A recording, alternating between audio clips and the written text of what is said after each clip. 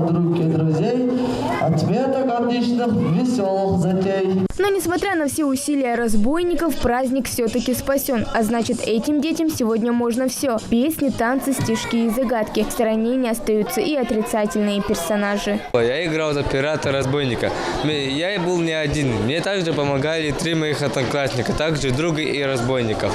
Мы пытались спрятать Деда Мороза и Снегурочку, чтобы праздник не состоялся.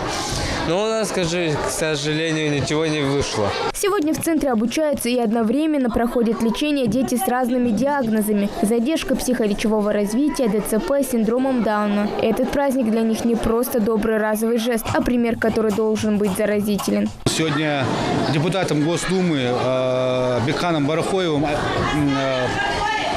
подарена нам большая радость каждому ребенку, который обучается в нашем центре. Ну а после праздничного концерта самый долгожданный момент для детей – новогодние подарки. Без сладких презентов здесь не оставили никого.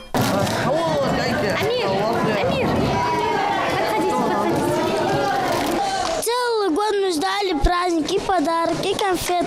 На снегу вчера я видел Дедушки Мороза след.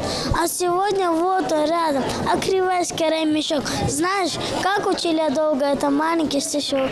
Новогодние утренники – это хорошая возможность для малышей зарядиться положительными эмоциями на весь предстоящий год. Главное – хорошо себя вести, чтобы все мечты и пожелания исполнились. Хава Гагиева, Алия Зязиков, Новости 24.